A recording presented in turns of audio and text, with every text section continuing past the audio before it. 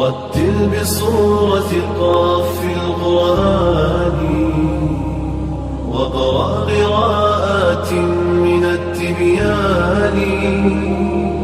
حبل متين مد من رب السماء فسما إلى العلياء بالإنسان والشكر له على توفيقه وامتنانه وأشهد أن لا إله إلا الله تعظيما لشأنه سبحانه وأشهد أن محمدا عبده ورسوله صلوات الله وسلامه عليه وعلى آله وأصحابه الأخيار ومن تمسك بهديه إلى يوم اللقاء أما بعد ولا ليال dhammaantiin aad iyo aad ugu mahadsantahaan sida wacan aad usoo xaadirteen xafladan oo loo dhigayo ardayda ku qalin jebinayso madrasada la dhaho Umul-Khayr litaxfiid al-Qur'aan al-Kariim waa xaflad lagu maamuusayo loo ardayo qalin jebinayso sanadkan aad iyo aad ugu mahadsantahaan sida wacan aad usoo xaadirteen oo waqtigiina qaaliga noo waxaan ku bilaabanayaa aan ku furanayaa xafladeena quraanka aayad kamid ah quraanka ardayna akhrin doono uu yahay mid ka qalin jebinaya ardayda mid kamid ah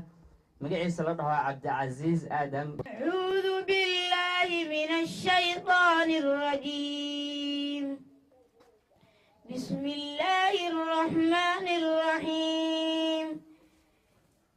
شهر رمضان الذي أنزل فيه القرآن هدى للناس وبينات من الهدى والفرقان فمن شهد منكم الشهر فليصم ومن كان مريضا أو على سفر فعدة من أيام أخر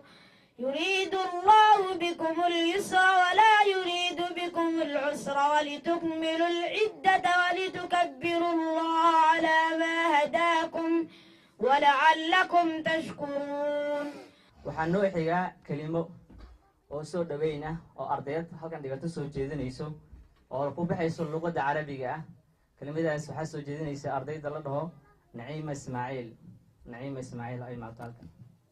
وما تدى قلب وانشرح وما عم فينا سرورا وفرح الحمد لله ما ارتفعت النور الحق وظهر وما تراجع الباطل وتقهقر وما سال النبع ماء وتفجر وما طال السبح وأسفر صلاة وسلاما طيبين مباركين على نبي المطهر صاحب الوجه النور وجبين الأزهر ما سار السفين الحق وأبهر وما على النجم في السماء وأبحر وعلى آله وسحبه خير وأهل المعشر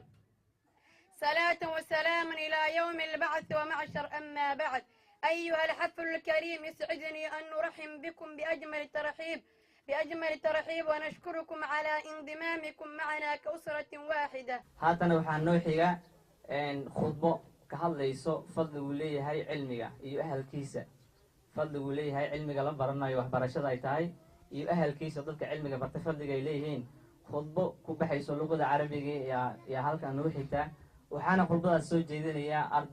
أرضي كميدة قارهان أرضي قرنجين يسو دوكسيغا ودفعها كوات سكاليمانتا مجلس وحالة مصطفى علي. الحمد لله الذي خلق الإنسان في أحسن تقويم وأمده بالفهم وعباه بالتكريم سبحانه رفع شأن العلم فأقسم بالقلم وأمتن على الإنسان فعلمه ما لم يكن يعلم وقال لنبيه الكريم صلى الله عليه وسلم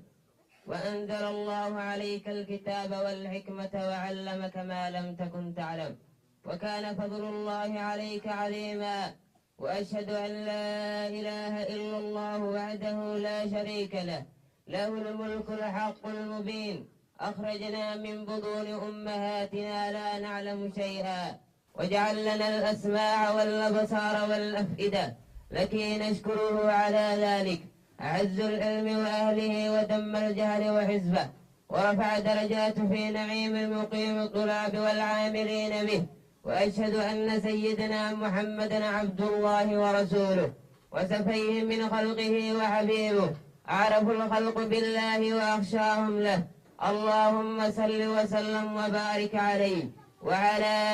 آله وصحبه أجمعين أما بعد فاتقوا الله تبارك وتعالى حق التقوى وراقبوه في السر ونجوى واعلموا أنكم ملاقوه للجزاء والحساب فحاسبوا أنفسكم وزنوا أعمالكم وتزينوا للأرض الأكبر على الله يومئذ تعرضون لا تخفى منكم خافية فإن العلم يزكي صاحبه ويرفع قدره ويشعره دوام الغني بحاجة الناس وإقبالهم إليه. waxaan noo xigaa koox kale macnaha nashiida soo dhaweyn ah ayaa noo xigtaa taas oo soo jeedin doonaan ama soo bandhigi doonaan ardayada macnaha gabdhaha kamida darsada dhiganaya kooxdaas waxaan u bixinay magacaha oo madax u ah Ismahaan Xasan iyo kooxdeeda waxay nagu soo jeedinayaan halkan aad ka arki doontaan nashiido oo soo dhaweyn ah maadaama uu xafladan si toos u bilaabatay. الإسلام تحية أصلها ثابت وفرعها في السماء ألا وهي السلام عليكم ورحمة الله وبركاته. أيها الآباء والأمهات ضيوفنا الأماجد نحن طالبات مركز أم الخير تحفيظ القرآن الكريم جائزات أن يقدمنا إليكم أناشيد بعنوان مرحبا بالحاضرين والحاضرات. غدت كل الطيور وزهت دنيا العبور ثم قالت للحضور مرحبا بالحاضرين مرحبا بالحاضرين مرحبا بالحاضرين مرحبا بالحاضرين. مرحبا أهلا وسهلا صحبة كنتم وأهلا ونقول للرجال مهلا ذاك حفل الناجحين ذاك حفل الناجحين. ألف مليون المبارك ربنا زدهم وبارك كلكم في المجد شارك نعم أجر العاملين نعم أجر العاملين. رغدت كل الطيور وزاد دنيا الحبور ثم قالت للحضور مرحبا بالحاضرين مرحبا بالحاضرين مرحبا بالحاضرين مرحبا بالحاضرين. كم عزمتم واجتهدتم في الليالي كم سيرتم وتفوقتم وفزتم باركوا للفائزين باركوا للفائزين. رغدت كل الطيور وزهت دنيا الحبور ثم قالت للحضور مرحبا بالحاضرين مرحبا بالحاضرين مرحبا بالحاضرين مرحبا بالحاضرين. يومكم يوم الحصاد مزرعة اجتهاد لم تميلوا للسواد خبس عيون نائمين خبس عيون نائمين. رغدت كل الطيور وزهت دنيا الحبور ثم قالت للحضور مرحبا بالحاضرين مرحبا بالحاضرين مرحبا بالحاضرين مرحبا بالحاضرين. كلكم جد وهمة وعلى الأخلاق قمة في الخطوب المدلئمة قدوة للحائرين قدوة للحائرين. رغدت كل الطيور وزهت دنيا الحبور ثم قالت للحضور مرحبا بالحاضرين مرحبا بالحاضرين مرحبا بالحاضرين مرحبا بالحاضرين. نحييكم بتحية الإسلام الخالدة تحية أهل الجنة يوم يلقونه بسلام ألا وهي السلام عليكم ورحمة الله وبركاته. نحن طلاب مركز أم الخير لتحفيظ القرآن الكريم قسم أناشيد جائزين أن يقدموا إليكم أحلى أناشيد بعنوان الزهو وأفخر. وأفخر بها صرعا ومزر زيديني أكثر لكي بالنور أظهر ودمت غير غارس يا أجمل المدارس ودمت غير غارس يعلو جناحي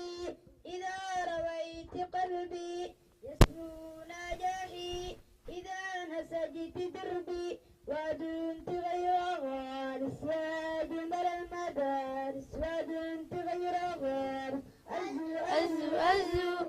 أزو وافخر بها صرعا ومصدر زيديني أكثر لكي بالنور أظهر ودمت غير غارس يا أجمل المدارس ودمت غير غارس أزو تعلو حياتي فكم مسعد جروحي قويت ذاتي فنادى لطموحي ودمت خير وارث يا أجمل المدارس ودمت خير وارث أزو أفخر بها صرحا ومصدر زيديني أكثر لكي بالنور أظهر ودمت غير غارس يا أجمل المدى ودمت غير غارس أزو أفخر بها صرحا ومصدر زيديني أكثر لكي بالنور أظهر ودمت غير غارس يا أجمل المدى ودمت غير غار أزو ومنك عيني راسك رسولاتي ورددني لا صفواتي وكن غير والد يا أجمل المدارس وكنت غير والد أزو أفخر بها صرحا ومصدر زيديني أكثر لكي بالنور أظهر ودمت غير غارس يا أجمل المدار ودمت غير غار أزو حييكم بتحية الإسلام. السلام عليكم ورحمة الله وبركاته. وبعد التحية الثمينة نحن الطالبات مركز مخارج لتحفيظ القرآن الكريم بسم الله العسيد المتنوعة جائزات يقدمنا إليكم فاسمعوا ووعوا ومرحبا بكم. منك خيرات ثان ربنا أنزل لنا رحمة للعالمين فاسقهم كريم دائما فضل عميم علنا نحيا الأمانة وعلى المختار قازد صلاة وسلاما أنت يا رب كريم يا منزل القرآن نورا على الأزمان زدنا من الإيمان يا رب يا رحمن يا رب يا معبود منك الهدى والجود تمسك بحبل الله واتبع الهدى ولا تكن بدعيا لعلك تفلح ودم بكتاب الله والسنن التي عادت عن رسول الله تنجو وتربح وقل خير مخلوق كلام مليكنا بذلك دان الأتقياء وأفسح ولا تقل القرآن بالوقف قائلا كما قال أتباع اللجام وأرجع ولا تقل القرآن قرأته فإن كلام الله باللفظ يوضح يتجلى الله للخلق جارة كما البدر لا يخفى وربك أوضح واحد المتمدح إلى طبق الدنيا يمن بفضلي فتفرج أبواب السماء وتفتح. ثم رحمة الله وبركاته آبائي وأمهاتي وضيوفنا الكرام صباح الخير وبركة. نحن طالبات مركز الخير تحفيظ القرآن الكريم قسمة منتوم العلمية جائزات يقدمنا إليكم أعلى منظومة الجزء الثمانية في ذكر حال أشرف البرية. مرحبا. الحمد لله قديم الباري ثم صلاته على المختار وبعدها كثيرة الرسول منظومة مجازة الفصول مولده في عصر الفضيل ربيع الأول عام الفيل لكنما المشهور ثاني عصري في يوم الاثنين طلوع فجري ووفق 20 من ليسانا وقبله حينور أبي يوحنا وبعد عامين غدا فاطمة جاءت به مرضيع فاطمة كلمة لأمي وعاد أبدي لأليا كما أرادت. intaa waxaa noogu ekaa ardaydii iyo mikrofonkooda waa dhammaaday mikrofonka ardayda waan bognay haatana mikrofonka waxaan ku wareejinayaa mudiirka madrasada iyo askar hal qodob ayaan ka hadlayaa waxay ugu horeysaa markiiskan umul khayr la yiraahdo anigu waxaan imaaday oo la koobsaday taariikh 7 bishii 10aad 2017 hadafka oo madrasadan ay leedahay waxaa ka mid ah ahdaaf aad u fara badan bay leedahay ay ku socotaa waxaana ka mid ah rabadaan ilaa rabadaan inay soo saarayso arday xufaad ah tarawiixdana tujisa quraanka xifsan inay soo saarayso waxaa kaloo ka mid ah adaafteeda maxaadarooyin ayana oo dhacaya bil walba bishii hal mar ay dhacayso maxaadarooyinkaasi ay noo soo jeediyaan gabdho culama oo magaalada Gaaris jooga oo duwanka ay noo duwan geliyeen ay ku xisaabtamayaan bishii hal mar in maxaadaro inta ay ka dhacayso maxaadaraas oo khusayso gabdhaha waa hadaafteeda waay hadaafta dadku way soo meeyihiin qoraxdu way soo kululaanaysaa hadda aan tirino kama gaarnaba marka mid iyo laba ayaan ka soo qaadanaynaa ardada intaas aan u baxay horta hadaafta macallimiinta joogta oo akhrisana waxay ka mid yihiin macadadkoodana waxaye waa 3 aniga oo fasalkan u xilsaaran kitaabley iyo macallinkaas oosna walaalkeena sheekh faarax li yiraahdo wuxuu xilsaaran yahay farbarka macallin kalaasna waxa jira u xilsaaran ahkaamta tawjiidka quraanka lagu akhrinayo laba waqti uu leeyahay bas maalinta sabtida iyo maalinta axad labadaas waqti iyo darsi nagu leeyahay macallin kalaasna noo soo biiraa jira annagu ma fiirinayno wax la yiraahdo lacag waxaan fiirinaynaa oo ictibaarinaynaa soo saarid iyo miro iyo ardada in quraanka xifiso sanadka marka waxaa noo qofsoomay ardadeena waxaa ka soo baxday 2 cunug oo quraanka xifisan Musaf Ali iyo Cabdicasiis Aadam tarawiixda habeenkii halkaan nagu tujiyaan ma sha Allah Allah barakeeyo waqti iyo juhdi bay halkaan ku bixiyeen quraanka aad bay u dadaaleen way naga farxiyeen annaguna waxaan leenahay Allah ka farxiyo waxa kaloo noo qofsoomay sanadka rabadaan ilaa rabadaan waxaa noo qofsoomay markaskeena inuu ka qayb galay musaabaqooyin ay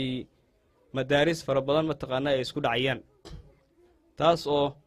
markaskeena uu ku jiray kaalinta hore way noo qabsatay ayana waxa kaloo noo qabsooma ama nidaamkeena ka mid ah taas waa musaabaqo guud weeye madaarista ay u dhaxayso tu khaas anu waa leenahay jirta haddana waa arkaysaan ma sha Allah waa nimca min Allah marka way wazaziga qayb far badan bay ka qaateen qayb xoog leh ka qaateen taas wazaziga waa u mahadcelinayaa garabtaaga yihiin markiiska inay macnaha ay kor u qaadaan aad baa u mahadcelinaya way naga farxiyaan markaste annagana waxaa leenahay Allah ka farxiyo علاقة مركا آد بوفيعنت صاحب حن وخطر واي وعذر حن واي عنق هذا يو صاحب لي هي لصعو يو لصعدا يو لشكستا يا عنق يو هذا واحد أركز في عنا أو باره هكذا واحد أركز أسوأ متقانا عاصي ورجع تغيب محا هذا كل عاصي عاقة يو صاحب لي وما له البي وحبو شيء مركا تايدا واحد لي هي لصعدا عروتينا ساعات كاستماش أي مريان لا صعلا طيب مركا واحد كلهم كبيرونيا وزازيجا عن قعوها يسقبصنو هل فور أما هل قعن وحمد قضو أنا هدان تذاليو معلمتي تذاليان oo juhdi bixinayaan laakiin wasaasiga xagga wasaasiga aan ka jiifno hadda dadaalkeena waxba kama jiro saa ma ogtiin dadaalkeena hal bacad lagu lisay waay maanta dhan anagu baa daalaynaa ma cilaan ku daalaynaa marka ikhwaani waxaan idiin sheegayaa dhammaantiin kalaamka ilaahay carruurtan ilaahay baa ku siiyey mas-uuliyad baa haysaa carruurtan iskama kaa siine ammaani kugu yihin ilaah baa kugu ammaanaysa maalinta qiyaamahana waa lagu weydiin carruurtan aan ku siiyey nicmadan aan ku siiyey maxaa kitaabka ilaahay ka bartaa lagu dhih waa su'aalo kaa horreeya rabbi subxaanahu wa tacaala ayaa ku weydiinaya waxaan isku dayaynaa sanad kaste inaan horumar keenno adinkana nala shaqeeye waan ka codsanaynaa saacad kaste iyo maalin kaste inaad nala shaqeysaan intaas ayaan kusoo goweynaa hada billahi tawfiiq asalaamu calaykum waraxmatullahi wabarakaatu dhammaan marka labaad waxaa weeye waxaan aad iyo aad u salaamayaa marti sharafka waalidiinta iyo ardayda iyo macallimiinta iyo culummada dhammaan meeshaan isku timid waan idin salaamayaa assalaamu calaykum waraxmat ullahi wabarakaatu runtii waxaan u malaynayaa inihiina macallin idin ahaa wax lagu farxo ayaad arkayseen ama wada arkaynay dhammaanteenba khayr iyo wanaagga la soo bandhigay waa wax lagu farxa runtii waana nimca iyo waafajin rabbi subxaanahu wa tacaala waad arkayseen ardadii yaryarayd ee qur-aanka si u akhrinaysay kutubta la soo xifdisiiyey ee islaamka ama waxaa weeye culumta diiniga ah say u xifdidsanaayeen ay usoo bandhigayeen tarbiyada iyo aadaabta qaabkay usoo bandhigayeen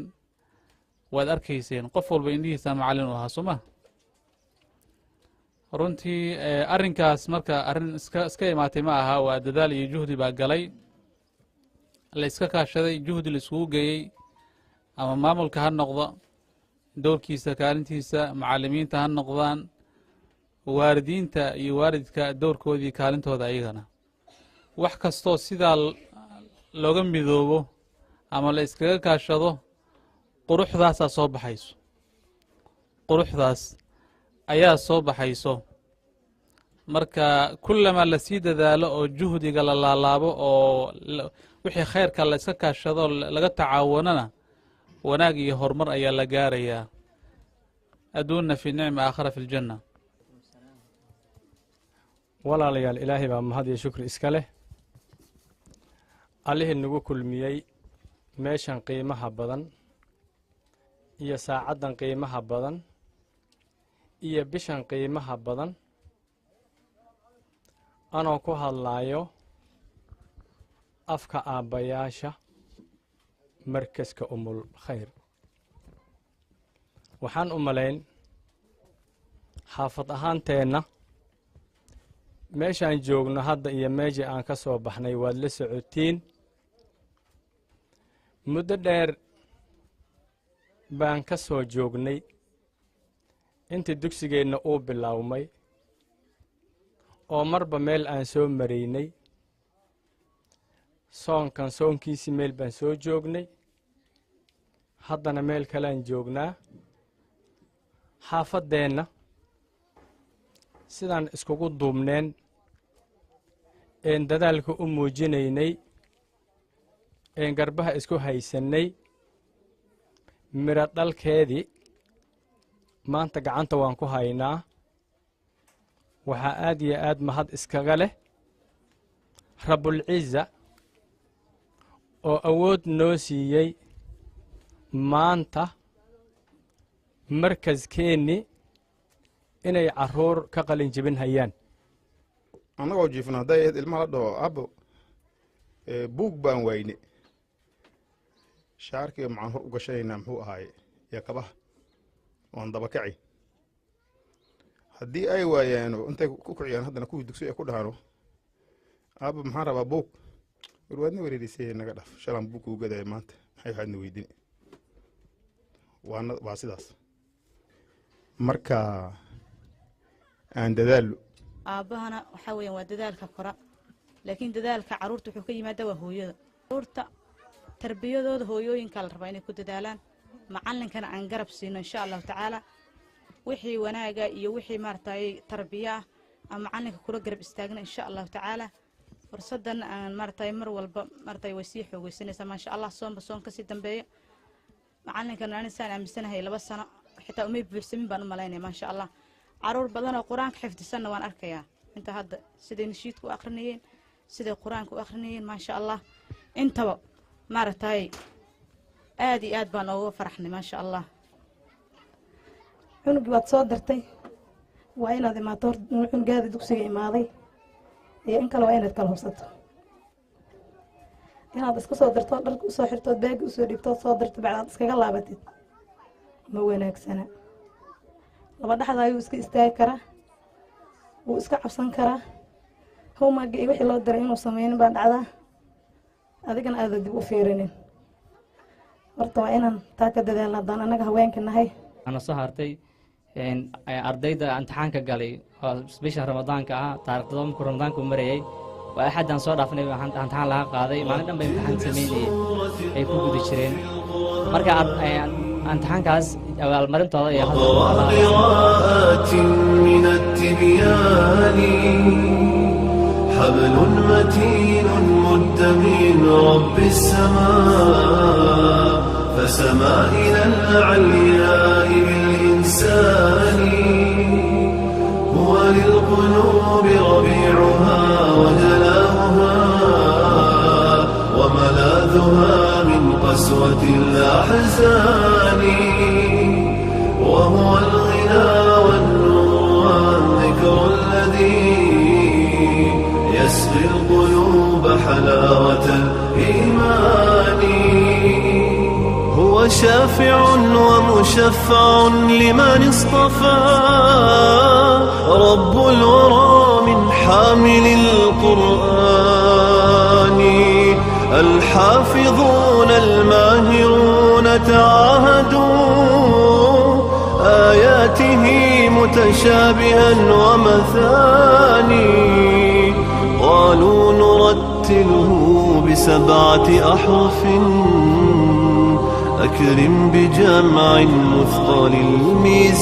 الميزان هم خير أمتنا وأشراف الملا وهم الحماة وعدة الأوطان رتل بصورة قاف القرآن وقرأ قراءات من التبيان حبل متين مد من رب السماء فسما إلى العلياء بالإنسان هو للقلوب ربيعها وجلاؤها وملاذها من قسوة الأحزان وهو الغنى والنور والذكر الذي يسقي القلوب حلاوة الإيمان الحمد لله الكريم بفضله هذه بلاد الخير والإحسان تحمي وتبني بالكتاب شبابها فهو البناء الراسخ الأركان لبناته من سنة نبوية فالوقف والقرآن مجتمعان نور على نور أدام الله خير وبلادنا عزا مدى الأزمان سورة قاف القرآن وقرأ قراءات من التبيان حبل متين مد من رب السماء فسما إلى العلياء بالإنسان